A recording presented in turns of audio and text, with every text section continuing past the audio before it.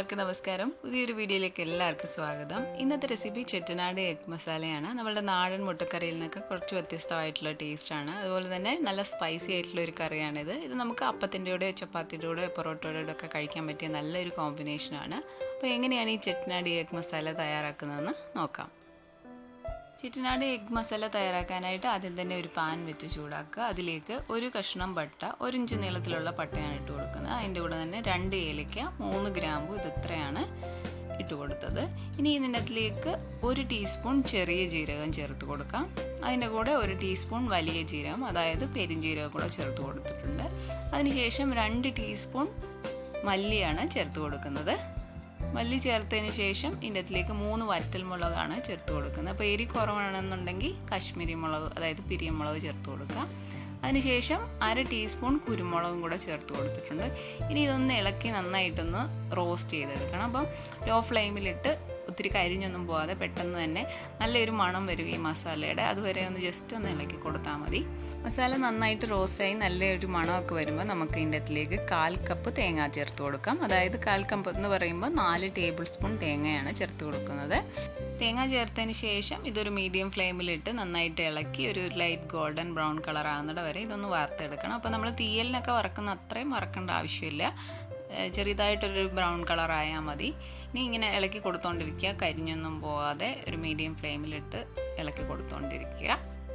ഇപ്പോൾ തേങ്ങയൊക്കെ നന്നായിട്ടൊരു light brown colour ആയിട്ടുണ്ട്. ഇനി തീ ഓഫ് ചെയ്തതിന് ശേഷം നന്നായിട്ടൊന്ന് ഇളക്കി കൊടുക്കുക. അപ്പോൾ മുളക് പൊടിയും മല്ലിപ്പൊടിയാണ് ചേർക്കുന്നുണ്ടെങ്കിൽ ഈ ഒരു തീ ഓഫ് ചെയ്തതിന് ശേഷം നല്ല ചൂടുള്ള സമയത്ത് ചേർത്ത് നന്നായിട്ടൊന്ന് ഇളക്കി കൊടുത്താൽ മതി. ഇനി ഇത് നന്നായിട്ടൊന്ന് തണുക്കാൻ വെക്കാം. തണുത്തതിന് ശേഷം നമ്മൾ തയ്യാറാക്കിയ തേങ്ങ വറുത്തത് ഒരു മിക്സിയുടെ ചെറിയ ജാറിലേക്ക് മാറ്റി കൊടുക്കാം. നമ്മൾ തേങ്ങ വറുത്തൊക്കെ മിക്സിയുടെ ചെറിയ ജാറിലേക്ക് മാറ്റി ഇനി ഇതൊന്ന് നന്നായിട്ട് പൊടിച്ചെടുക്കാം. അപ്പോൾ നമ്മൾ ഇതിൻ്റെ അതിലേക്ക് വെള്ളമൊന്നും ചേർക്കണ്ട, ആദ്യം ഒന്ന് നന്നായിട്ടൊന്ന് പൊടിച്ചെടുക്കുക. നമ്മൾ തീയലിനൊക്കെ വറക്കുവാണെങ്കിൽ ഇത് പൊടിച്ചെടുക്കുമ്പോൾ നന്നായിട്ട് എണ്ണ തെളിഞ്ഞ് വരും. ഇത് നമ്മൾ ഒത്തിരി വറക്കാത്തതുകൊണ്ട് ഇതിൻ്റെ അതിൽ എണ്ണയൊന്നും തെളിക്കത്തില്ല. അതുകൊണ്ട് തന്നെ കുറച്ച് വെള്ളം, ഒരു 1/4 കപ്പ് വെള്ളം ഒഴിച്ചിട്ട് ഇത് വീണ്ടും നന്നായിട്ടൊന്ന് പേസ്റ്റ് പോലെ നന്നായിട്ടൊന്ന് അരച്ചെടുക്കാം.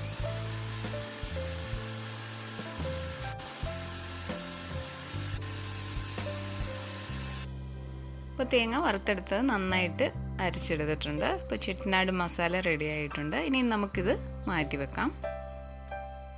ഇനി ഒരു പാൻ വെച്ച് നന്നായിട്ട് ചൂടായി വരുമ്പോൾ അതിലേക്ക് 2 ടേബിൾ സ്പൂൺ എണ്ണയാണ് ഒഴിച്ചു കൊടുക്കുന്നത്. ഇനി അതിലേക്ക് 1/2 ടീസ്പൂൺ കടുകും കൂടെ ഇട്ട് കൊടുക്കാം. കടുകിട്ട് നന്നായിട്ടൊന്ന് പൊട്ടി വരുമ്പോൾ നമുക്ക് ഇതിനകത്തിലേക്ക് കുറച്ച് കറിവേപ്പില ചേർത്ത് കൊടുക്കാം. കറിവേപ്പില ചേർത്തതിന് ശേഷം ഇത് നന്നായിട്ട് ഇളക്കി കറിവേപ്പിലയൊക്കെ നന്നായിട്ടൊന്ന് വറുത്തെടുക്കാം. ഇപ്പോൾ കറിവേപ്പിലയൊക്കെ നന്നായിട്ട് മൂത്ത് വന്നിട്ടുണ്ട്. ഇതിൻ്റെ അതിലേക്ക് വലിയൊരു സവാള നന്നായിട്ട് ചെറുതായിട്ട് അരിഞ്ഞെടുത്താണ് ചേർത്ത് കൊടുക്കുന്നത്. ഇത് തിക്കായിട്ടുള്ള ഒരു ഗ്രേവി ആയതുകൊണ്ട് തന്നെ സവാള അരിഞ്ഞ് ചേർക്കുമ്പോൾ ഇതുപോലെ ചെറുതായിട്ട് തന്നെ അരിഞ്ഞ് ചേർക്കുക. ഇത് നന്നായിട്ട് ഇളക്കിയതിന് ശേഷം ഇതിൻ്റെ അതിലേക്ക് 1/2 ടീസ്പൂൺ ഉപ്പ് ചേർത്ത് കൊടുക്കാം. നമുക്ക് പിന്നീട് വേണമെന്നുണ്ടെങ്കിൽ പിന്നീട് ഉപ്പ് ചേർത്ത് കൊടുത്താൽ മതി. ഉപ്പ് ചേർക്കുമ്പോൾ സവാളയൊക്കെ പെട്ടെന്ന് വഴണ്ടി കിട്ടും. ഇത് ഒത്തിരി ബ്രൗൺ കളർ, ഗോൾഡൻ കളറൊന്നും ആകേണ്ട ആവശ്യമില്ല, ജസ്റ്റ് ഇതൊന്ന് വാടി കിട്ടിയാൽ മതി. ഇപ്പോൾ സവാളയൊക്കെ നന്നായിട്ട് വാടി വന്നിട്ടുണ്ട്. ഇനി ഇതിൻ്റെ അതിലേക്ക് നമുക്കൊരു കളറിന് വേണ്ടി 1/2 ടീസ്പൂൺ കാശ്മീരി മുളക് പൊടി ചേർത്ത് കൊടുക്കാം. അപ്പോൾ നമ്മൾ മസാല തയ്യാറാക്കിയപ്പം മുളക് എരിവിന് വേണ്ടി ചേർത്തതാണ്. അതിൻ്റെ കൂടെ 1/4 ടീസ്പൂൺ മഞ്ഞൾപ്പൊടിയും കൂടെ ചേർത്ത് കൊടുത്തതിന് ശേഷം ഒരു ലോ ഫ്ലെയിമിലിട്ട് ഈ മസാലയുടെ പച്ചമണമൊക്കെ ഒന്ന് മാറുന്നിട വരെ കുറച്ച് നേരം ഒന്ന് ഇളക്കി കൊടുക്കുക. അപ്പം ആ മസാലയുടെയൊക്കെ പച്ചമണമൊക്കെ മാറി നല്ലൊരു എണ്ണയ്ക്കകത്ത് കിട്ടുന്ന ആ മസാലയൊക്കെ മൂത്ത് വരുന്ന ഒരു മണം വരും. അതുവരെ നന്നായിട്ടൊന്ന് ഇളക്കി കൊടുക്കുക. അതിനുശേഷം ഇതിൻ്റെ അതിലേക്ക് 2 പച്ചമുളക് ചേർത്ത് കൊടുക്കാം. ഇപ്പോൾ ഞാനിത് മുറിക്കാതെ മുഴുവനായിട്ടാണ് ഇട്ട് കൊടുക്കുന്നത്. ഇപ്പം മുഴുവനെ വേണ്ട, മുറിച്ച് വേണമെങ്കിലും ചേർക്കാം. അതിൻ്റെ കൂടെ 1 ടീസ്പൂൺ ഇഞ്ചി വെളുത്തുള്ളി പേസ്റ്റും കൂടെ ചേർത്തതിന് ശേഷം ഇഞ്ചിയുടെയും വെളുത്തുള്ളിയുടെയും പച്ചമണമൊക്കെ ഒന്ന് മാറുന്നിട വരെ കുറച്ച് നേരം ഒന്ന് ഇളക്കി അതും കൂടെ ഒന്ന് വഴറ്റിയെടുക്കുക. ഇപ്പോൾ ഇഞ്ചിയുടെയും വെളുത്തുള്ളിയുടെയൊക്കെ പച്ചമണമൊക്കെ മാറി വന്നിട്ടുണ്ട്. ഇനി നമുക്ക് ഇതിൻ്റെ അതിലേക്ക് 2 മീഡിയം സൈസ് തക്കാളിക്ക നന്നായിട്ട് മിക്സിയിലിട്ട് അരച്ചെടുത്തതാണ് ചേർത്ത് കൊടുക്കുന്നത്. അപ്പോൾ ഇങ്ങനെ അരച്ച് ചേർക്കുമ്പോൾ ഗ്രേവിക്കൊക്കെ നല്ലൊരു തിക്നെസ് ആയിരിക്കും. അപ്പോൾ ഇങ്ങനെ അരച്ച് ചേർക്കുന്നതിന് പകരം നമുക്ക് വേണമെന്നുണ്ടെങ്കിൽ ചെറുതായിട്ട് അരിഞ്ഞ് വേണമെങ്കിലും ചേർക്കാം.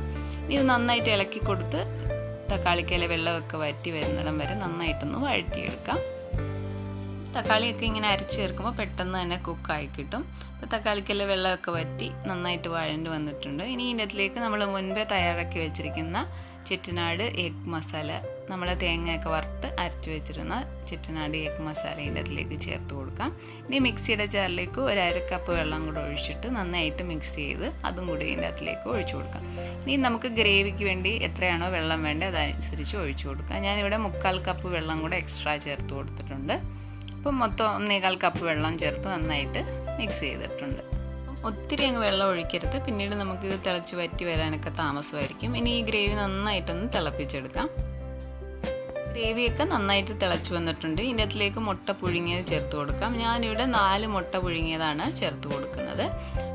മുട്ട ചേർത്തതിന് ശേഷം നന്നായിട്ട് ഇളക്കി മസാലയൊക്കെ മുട്ട പിടിക്കുന്നതിന് വരെ നന്നായിട്ടൊന്ന് ഇളക്കി കൊടുക്കാം. അപ്പോൾ ഈ ഗ്രേവിയൊക്കെ ഓൾറെഡി നന്നായിട്ട് കുക്കായിരിക്കുന്നതാണ്. അപ്പോൾ ഒത്തിരി നേരം കുക്ക് ചെയ്യേണ്ട ആവശ്യമില്ല. മുട്ടയിൽ നിന്ന് മസാല പിടിക്കുന്നതിന് വേണ്ടി മാത്രം നമുക്കിതൊന്ന് അടച്ചു വെച്ച് തിളപ്പിച്ചെടുക്കാം. ഒരു 2-3 മിനിറ്റ് ഒന്ന് തിളപ്പിച്ചെടുത്താൽ മതി. ഇപ്പോൾ 3 മിനിറ്റ് കഴിഞ്ഞിട്ടുണ്ട്. ഇപ്പം ഗ്രേവിയൊക്കെ നല്ലൊരു തിക്കായിട്ടുണ്ട്. ഇനി തുറന്ന് വെച്ചിട്ട് 1-2 മിനിറ്റും കൂടെ ഒന്ന് തിളപ്പിച്ചെടുക്കാം. അപ്പോൾ നമുക്ക് എത്രയാണോ തിക്നെസ് വേണ്ടത് അതനുസരിച്ച് തിളപ്പിച്ചെടുക്കുക. ഇനി ഇതിൻ്റെ അതിലേക്ക് ലാസ്റ്റായിട്ട് കുറച്ച് മല്ലിയിലയും കൂടെ അരിഞ്ഞ് ചേർത്ത് കൊടുക്കാം.